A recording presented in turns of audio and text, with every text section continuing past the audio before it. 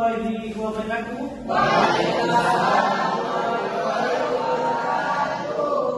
Selamat siang teman-teman. Bagaimana kita punya pada siang hari ini? Baik ya. Sebelum kita mulai kuliahan pada siang kali ini, marilah kita membaca doa. Berharap semoga doa yang kita panjatkan ini memberikan kekuatan bagi kita, sehingga ilmu yang kita dapatkan pada hari ini itu bisa bermanfaat bagi kita dan untuk lingkungan kita. Baik.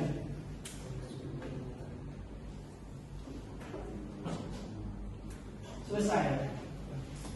Baik teman-teman, siang kali ini adalah di kelas 2022 B. Kelas 2022 B.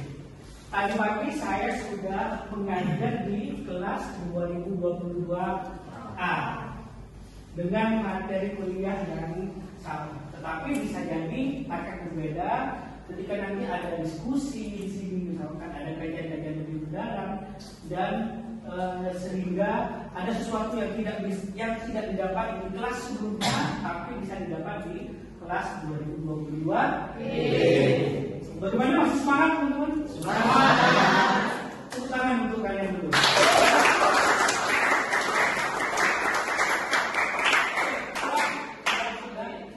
Terima kasih banyak. Aplaus itu adalah untuk semangat kalian sendiri, bahwa selalu memiliki semangat yang tinggi untuk selalu ingin mencari tahu. Salah satunya adalah di pendidikan bangku kuliahnya. Ya. Minggu yang lalu di pertemuan pertama pengenalan, kemudian juga dilanjutkan di pertemuan kedua, kita membahas tentang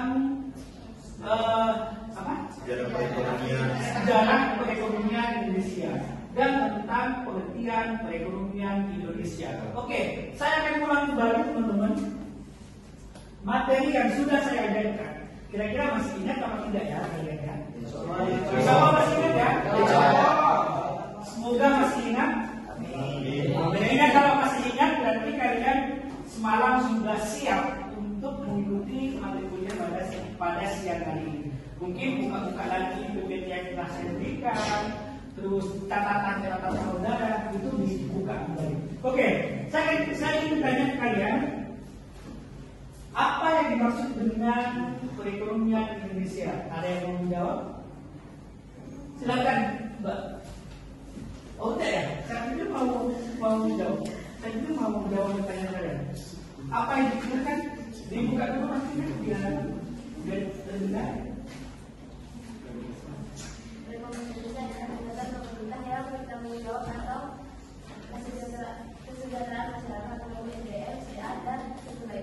Oke, perekonomian Indonesia adalah aktivitas atau kegiatan yang dilakukan oleh pemerintah yang bertanggung jawab terhadap kesejahteraan masyarakat, yaitu dengan memanfaatkan sumber daya yang dimiliki.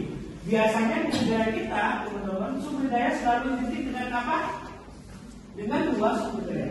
Ada sumber daya manusia, SDM, dan ada sumber daya alam. Contohnya kalau sumber daya manusia apa teman-teman? Tenaga kerja, kompetensi tenaga kerja. Ini adalah menjadi catatan bagi pemerintah kita, bagi Indonesia, bahwa memang penempatan seseorang di dunia kerja memang harus sesuai dengan kompetensinya. Makanya harus lahir kebijakan yang tidak yang terhadap kebutuhan yang sesuai dengan kegiatan-kegiatan pekerjaan yang dibutuhkan. Terus kalau SDA, lapangan kerja, SDA.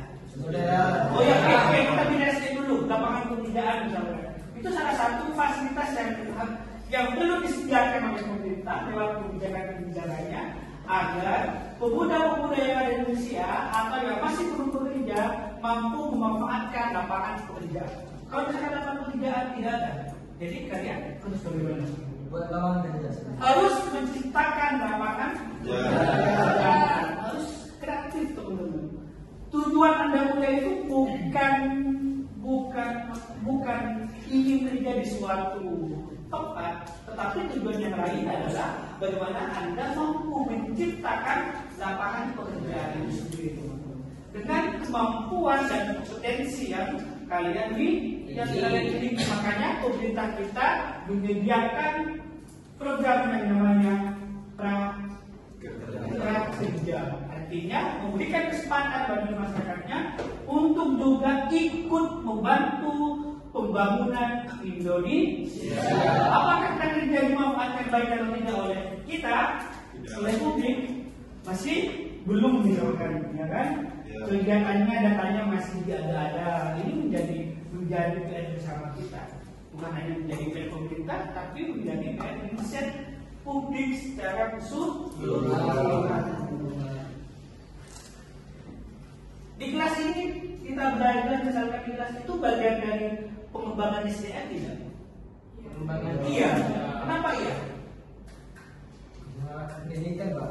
Pendidikan, oke. Pengetahuan dan keilmuan nanti akan diguna bagi kompetensi lulusan dari administrasi publik. Karena capaian lulusan dari administrasi publik adalah menjadi analis kebijakan, termasuk analisa perekonomian di Indonesia. Adalah menjadi administrator, adalah menjadi birokrasi dan menjadi pelayanan publik.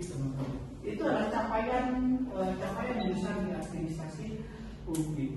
Oke, SDM selesai, kita beralih pada sumber daya alam. SD.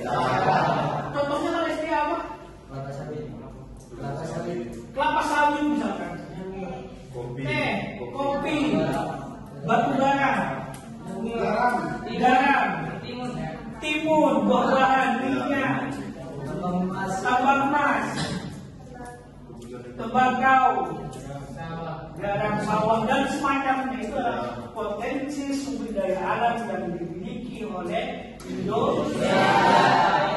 Artinya dari dua potensi yang dimiliki Indonesia, kita seharusnya optimis untuk maju dan berkembang, karena punya SDM dan punya sumber daya alam yang melimpah. Makanya materi kuliah lanjutan dari sejarah perekonomian Indonesia, kita akan membahas tentang apa yang ada dalam pembangunan ekonomi dan pertumbuhan ekonomi. Baik. Pertama yaitu tentang pertumbuhan ekonomi adalah kondisi perubahan perekonomian dari suatu negara menuju ke arah yang lebih baik, teman-teman. Itu adalah pertumbuhan ekonomi. Sedangkan pengembangan ekonomi adalah proses kenaikan pendapatan total dan pendapatan per kapita. Jadi perlu diingat oleh kalian bahwa untuk melihat maju dan tidaknya dari sebuah perekonomian di sebuah negara adalah melihat dari pertumbuhan ekonomi, apakah memiliki kekuatan pertumbuhan semakin bagus atau tidak, dan bisa dilihat dari semua kenaikan pendapatan total dari per kapita.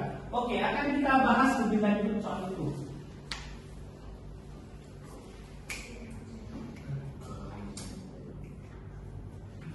Teman-teman, masalahnya yang sering terjadi dari yang dialami oleh negara adalah biasanya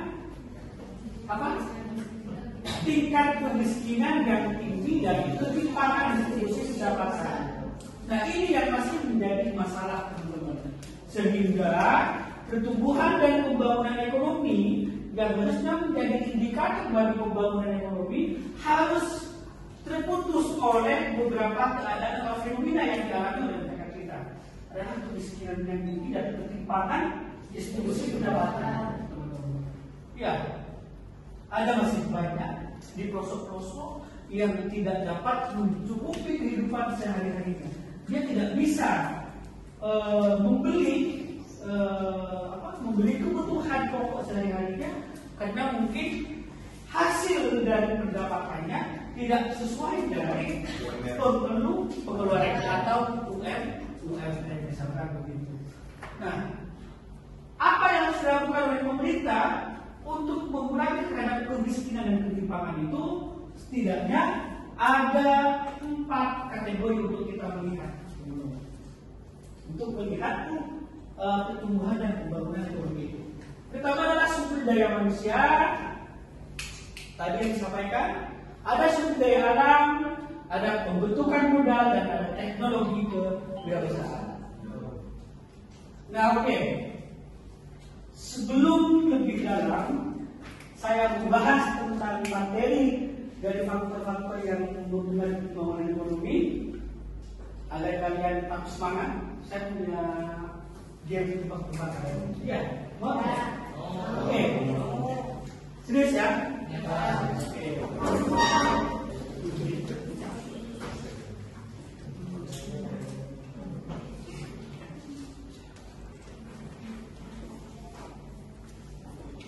Karena kita adalah mata kuliahnya siang hari, maka memang butuh butuh refreshing lah, butuh refreshing agar kalian tidak terlalu lihat.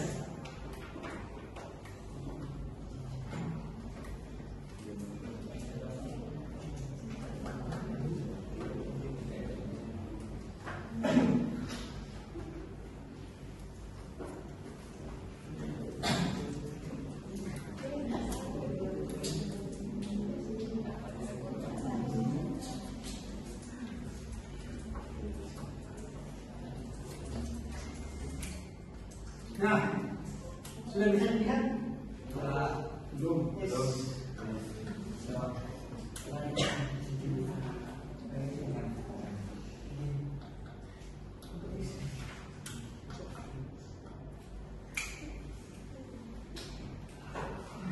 Tunggu ya. Sabar ya.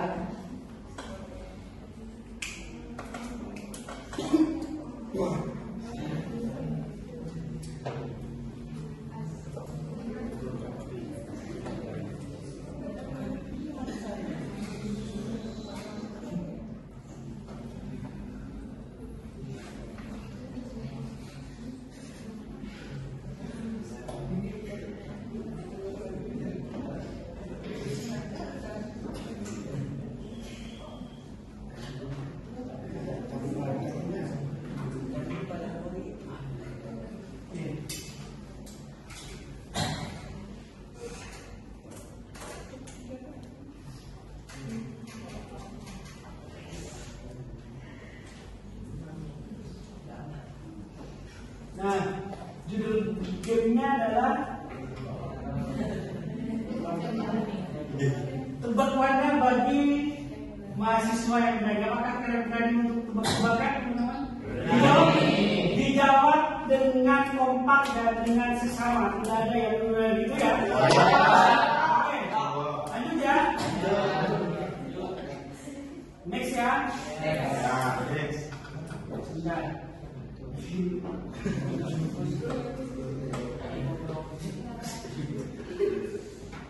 Oke, siap? Siap. Ini warnanya apa? Merah. Ini? Biru. Ini? Ini?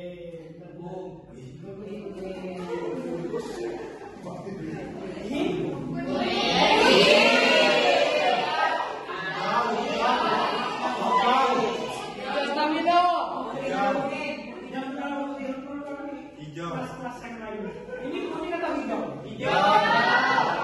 Jadi yang anda lihat adalah warna yang bukan tulisannya. Jadi itu hijau ya, bukan kuning ya. Jadi yang menjawab kuning.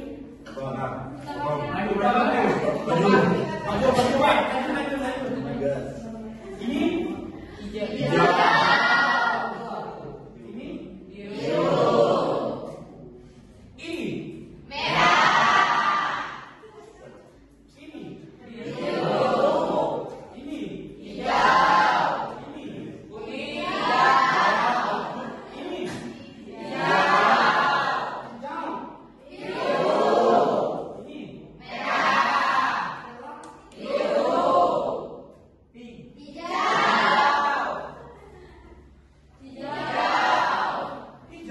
Oh ya, ini.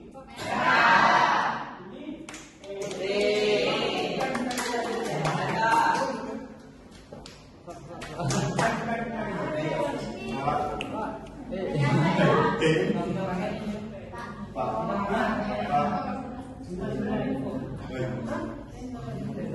Konsentrasi ya. Cendol warnanya? Ya. Rumput warnanya? Ya. Warnanya? Ya. Mau makannya? Ada yang rumput?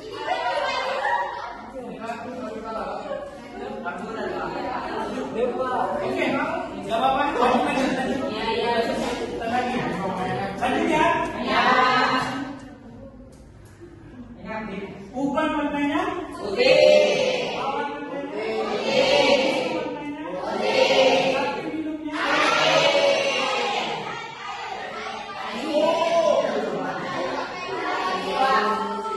Susu. Siapa yang jawab susu? Sudah kapan? Sudah kapan? Kok betul sudah? Lanjut ya? Ya.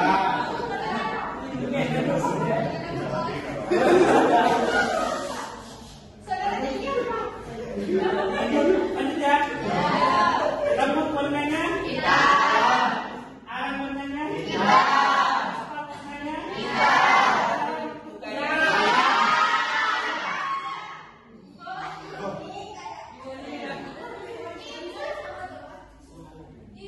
Baik. Selamat Anda berhasil.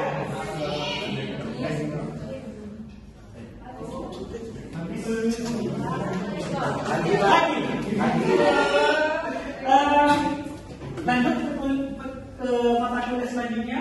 Jadi ada 4 pokok bahasan teman yang akan kita bahas. Seperti apa? Kelanjutannya kita ikuti di YouTube selanjutnya. Oke. Ya.